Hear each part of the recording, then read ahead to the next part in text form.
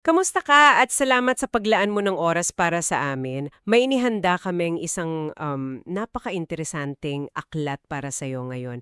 Ito yung Holding the Rope Together, The Architecture of a God-Sized Movement ni Chris R. Velasquez.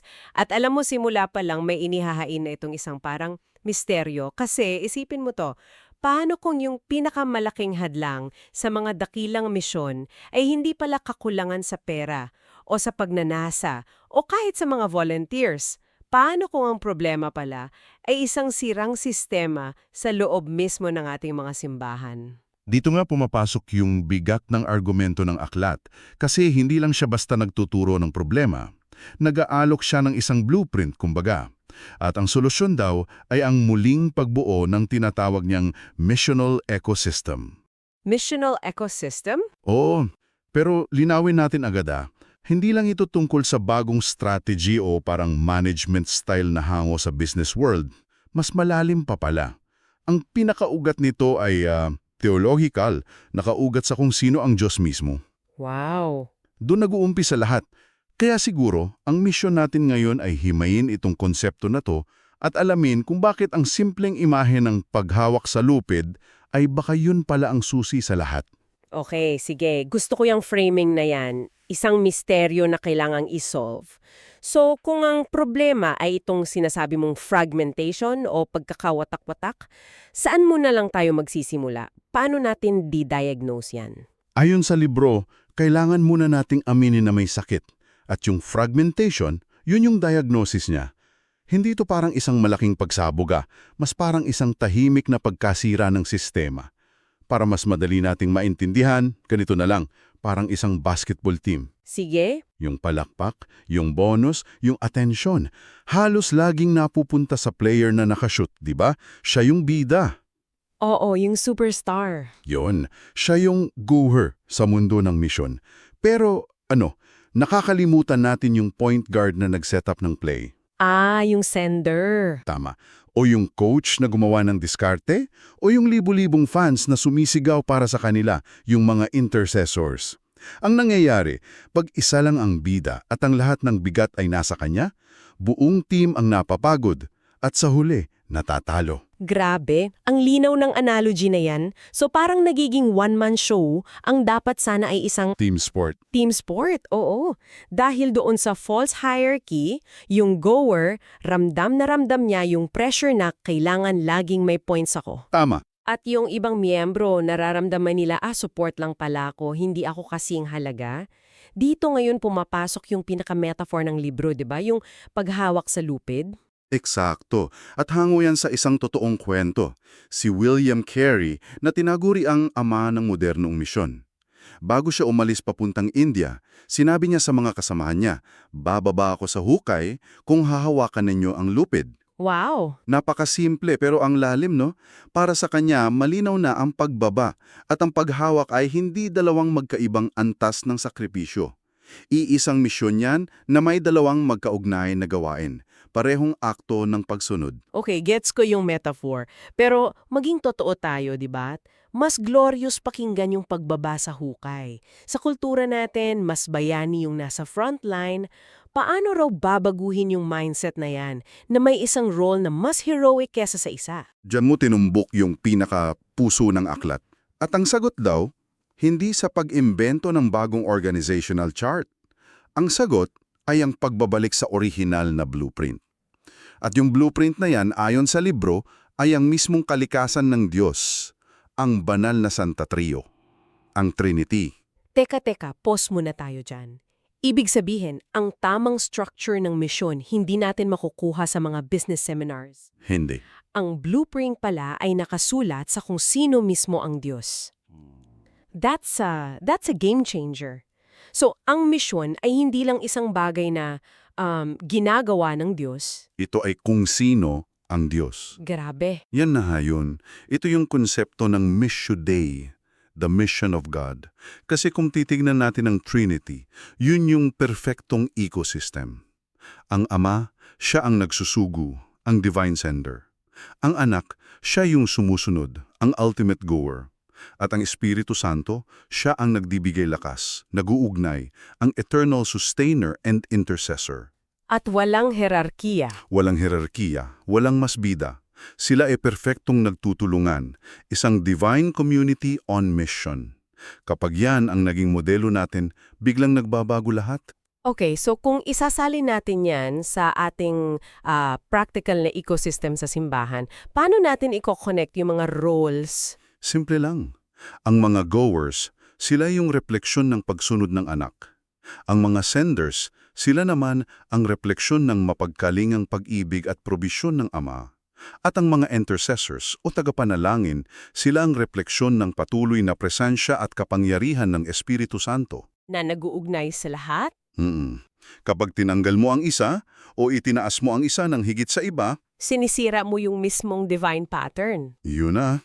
Kaya pala marupok yung mga misyonaro natin kasi ginagawa nating solo performance ang dapat sana ay isang symphony. Napakaklinaw. At naiisip ko, kung ito pala yung divine design, ano yung mga warning signs?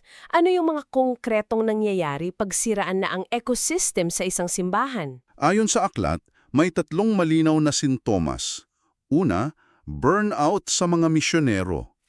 Yan. Ramdam nila yung pressure na magpakita ng resulta para ma-justify yung suporta. Aminin natin, sino ba namang hindi mabu-burnout kung kada buwan kailangan mong mag-report na parang sales quota? O nga, parang ilang souls ang na-convert mo this quarter. Di ba? Nakakapagod pakinggan pa lang, lalo na kung ikaw ang nasa field.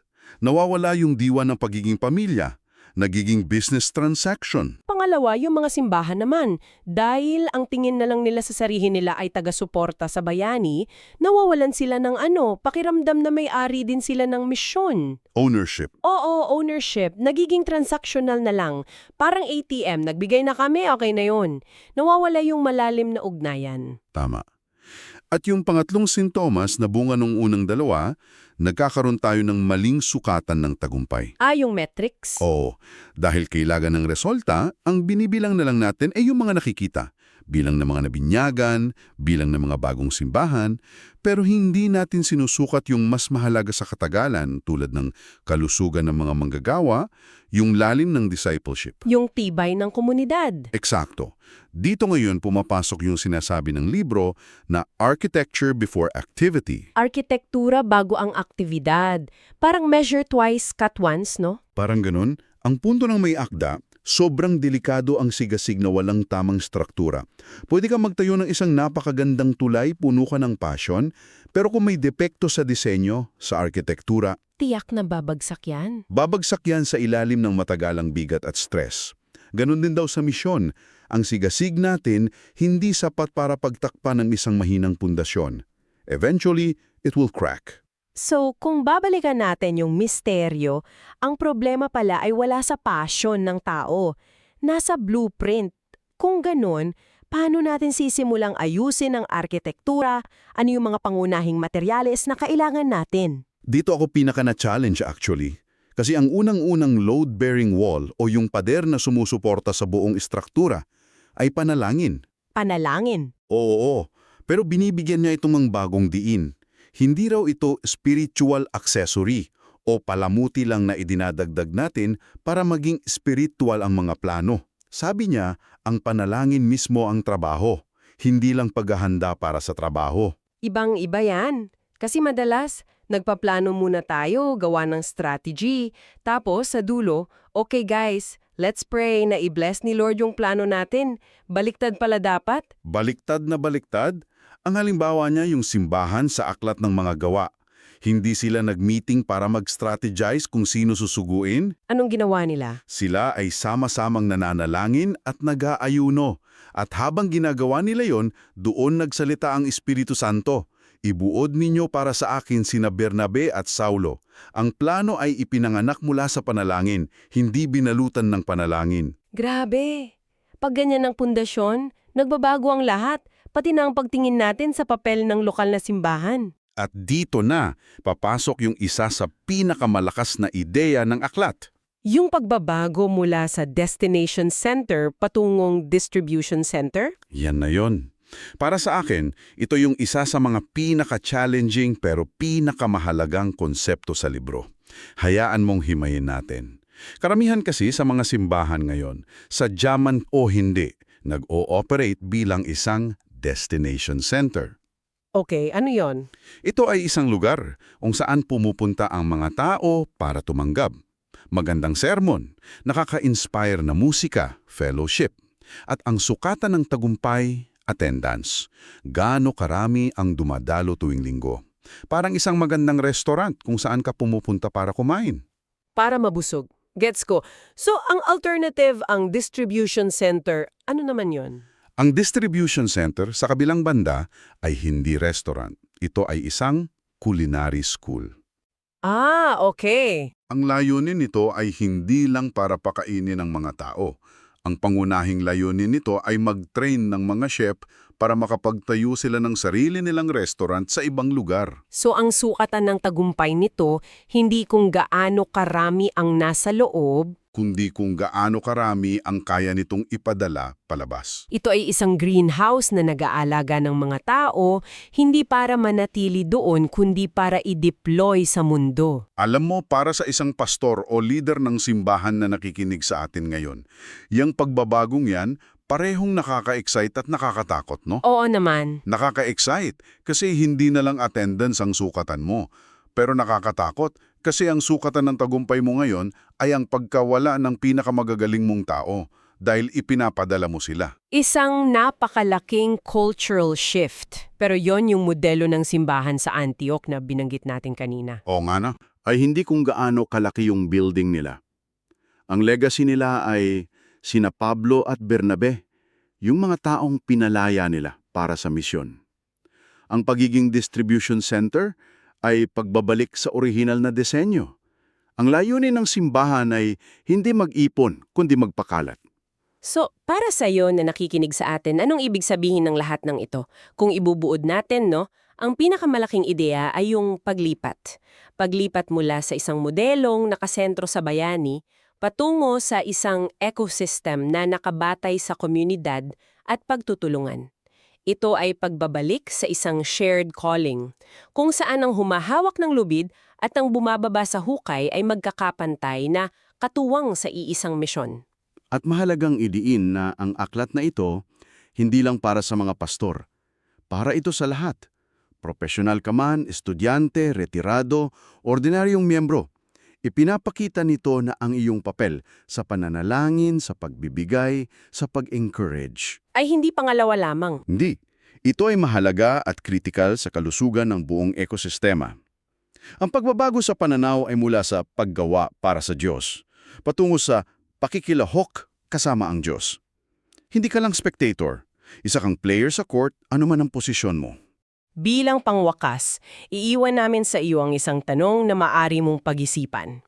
Kung susuriin mo ang iyong komunidad o simbahan ngayon, gamit ang mga analogyeng pinag-usapan natin, ito ba ay mas mailahawan bilang isang restaurant kung saan ang lahat ay kumakain o isang culinary school na nagsasanay ng mga chef para ipadala?